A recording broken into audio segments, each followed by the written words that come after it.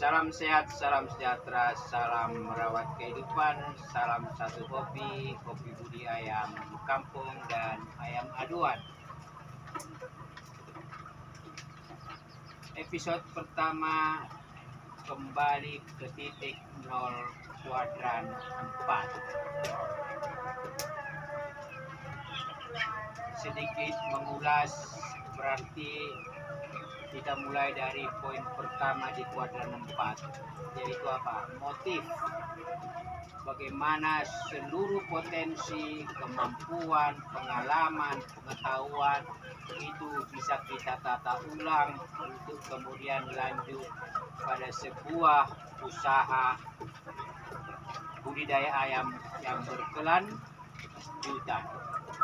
Itu motifnya, berarti artinya pola pikirnya ini adalah usaha. Nah, apa yang dilakukan di kuadran keempat ini sedulur, berdasarkan poin 1, motif itu yang dilakukan itu adalah konsisten dan fokus pada beberapa poin. Yang pertama, fokus pada tindakan-tindakan operasional rutin dalam melaksanakan kegiatan budidaya ayam itu. Memberi makan sesuai frekuensi dan sesuai jumlah ayam, memberikan mungkin vitamin atau kemudian herbal, antiseptik dan lain-lain, memberikan vitamin atau mungkin juga komposisi lain. Rutinitas, mengecek kandang, kenyamanan kandang, kebersihan kandang, kemudian yang lain.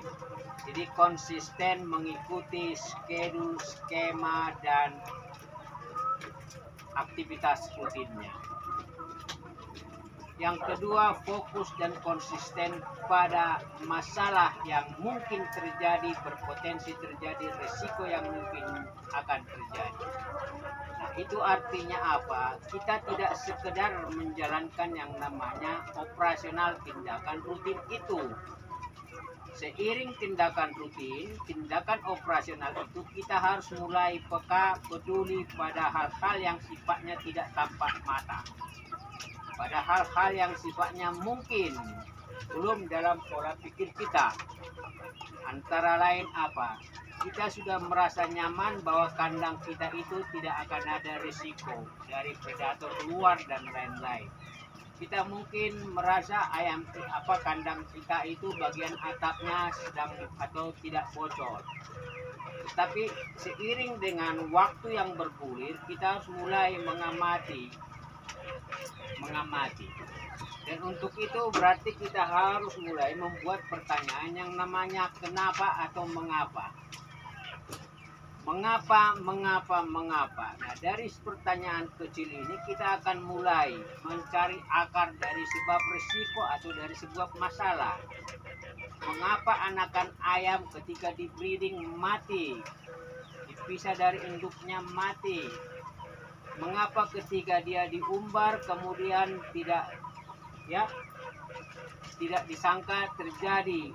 Kita hitung ada ayam yang melepas. Jadi ini berarti fokus dan konsisten pada potensi masalah yang terjadi, pada risiko yang terjadi. Karena dengan itu kita mulai peduli. Kalau sekedar memberikan makan dan kegiatan operasional rutin, itu sifatnya memang aktivitas fisik. Tapi begitu di kuadran 4, kemampuan yang harus bisa naikkan, skema dan skalanya itu adalah insting. Basic insting, risiko, potensi. Ini sama dengan usaha mikro informal yang terjadi ada di pinggiran jalan, apakah pecel lele, apakah kulineran, apakah mungkin yang lain. Mengapa jumlah pelanggan saya semakin berkurang padahal harga tetap kompetitif, rasa masih ini, dan lain-lain. Mengapa kok seperti penjual sayur, mengapa kok ini saya terus aja menjual sayur yang udah busuk, buah-buahan yang besok akan busuk dan lain-lain. mengapa saya tidak mengurangi jumlah dari potensi omset kapasitas normal, daripada busuk, daripada tidak laku, ya saya harus mencegah yang namanya kemungkinan risiko. Jadi fokus dan konsisten pada masalah dan potensi risiko itu harus bagian dari rutinitas aktivitas kita. Fokus yang ketiga dan konsisten yang ketiga adalah pada bagaimana kita menambah 10% motif berprestasi. Kalau saya sudah punya kelompok indukan satu, memungkinkan enggak ini saya buat menjadi 2 kelompok indukan? Berarti bersabar memelihara darah-darah atau jejaron yang ada menjadi pacet atau kemudian babon. Tetapi berpotensi enggak? Memungkinkan. Berpotensi. Bisa enggak kita naikkan satu tingkat 10%, 20% motif untuk menambah tantangan? Jangan kita lihat hambatannya, jangan kita lihat kendalanya. Tantangan itu yang menaikkan poin kedua dan poin pertama tadi. Artinya apa? Dengan melihat sebuah omset target yang lebih tinggi, berarti kita dipicu untuk kemudian lebih kreatif, lebih inovatif melakukan tindakan-tindakan yang kita lakukan. Usaha mikro informal apapun harus ke arah sana. Poin pertama, poin kedua, poin ketiga tadi. Aktivitas rutin, membersihkan meja, ya, supaya pelanggan itu melihat bersih, supaya nyamuk lalat itu tidak datang. Kemudian membersihkan tatanan barang-barang yang apa, supaya gampang mencarinya dan lain-lain. Ya, lalu kemudian berpotensi mengambil risiko atau mencegah risiko. Lalu kemudian tadi menaikkan motif berprestasi.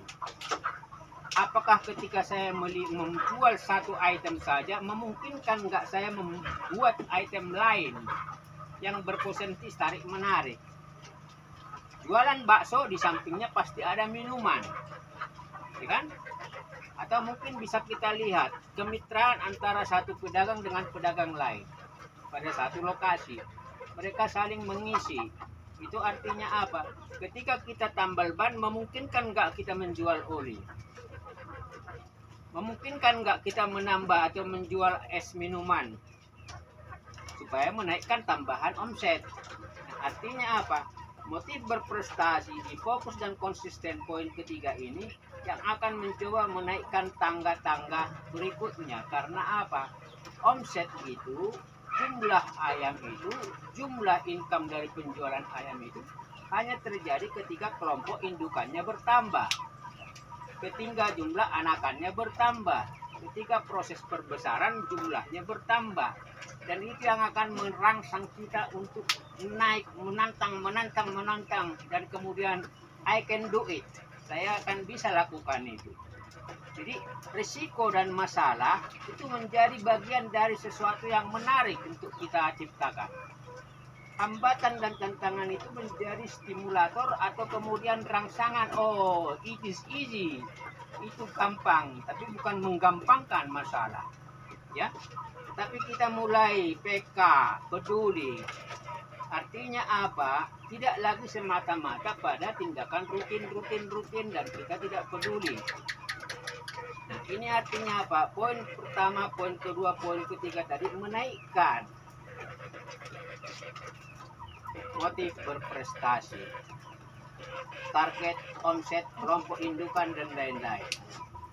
Mencari pelanggan baru, menjaga pelanggan lama, meningkatkan kualitas dari barang dagangan kita, melakukan efisiensi. Nah, fokus dan konsisten yang keempat itu berarti adalah satu, melakukan yang namanya efisiensi pembiayaan. Pada bagian mana kita bisa mengurangi kemungkinan risiko? Pada item barang apa yang bisa kita kurangi ketika tidak laku, berarti kita kurangi. Tetapi tidak mengurangi kualitas dari, ya. Ketika budidaya ayam melakukan namanya pacakan racikan, apakah ayam mati? Tidak juga. Apakah kemudian ayam kurus? Nah, di situ persoalannya. Berarti kita ditantang untuk melakukan ramuan formula komposisi dari pakan racikan kita. Ketika kita budidaya ayam, ketika kita jualan soto, jualan bakso atau barang dagangan, ya, sembako dan lain-lain. Di situ kita mulai ya menaikkan yang tadi namanya potensi-potensi efisiensi ya. Nah, fokus dan konsisten yang kelima itu akan kita simak di episode ketiga, yaitu apa? Manajemen. Manajemen ini sebenarnya rangkaian manajemen. Ini semua kegiatan yang tadi itu rangkaian manajemen yang secara tidak langsung, secara teori ya tidak perlu dipelajari oleh pelaku usaha mikro. Mereka langsung praktek. Jadi fakultas ekonomi yang banyak berteori itu lebih berkualitas dari para pelaku usaha mikro kecil yang langsung praktek. Mereka tidak tahu teori, tetapi basic insting dan kemudian pengalaman itu yang membuat teori itu melekat dalam perilaku-perilaku keseharian. Tapi ketika ini menjadi usaha yang berkelanjutan, maka poin 1, poin 2, poin 3, dan kemudian poin 4 efisiensi tadi dikembalikan kepada motif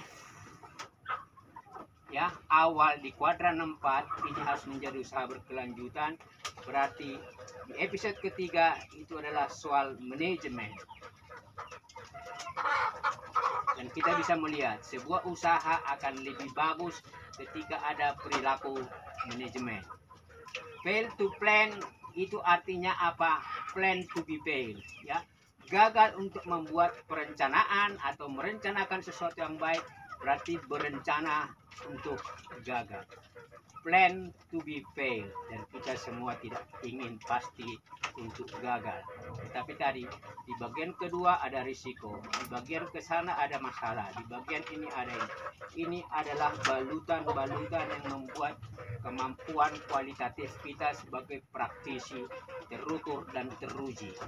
Bukan sekedar knowledge, bukan ahli yang berteori berkomentar atau yang gampang memberikan ya, ulasan, tapi basic pengalamannya praktek by mistake ya, melakukan dari kesalahan dan memperbaiki mereka tidak punya. Yang membuat sebuah praktisi menjadi berkualitas adalah berdasarkan kepekaan dia, pola eksekusi dia terhadap masalah. Yang membuat praktisi, pembudidaya, pedagang usaha kecil, dan kemudian juga pelaku usaha itu bisa lebih berkualitas ketika dia bisa mengantisipasi risiko dan membalikkan risiko menjadi sebuah peluang.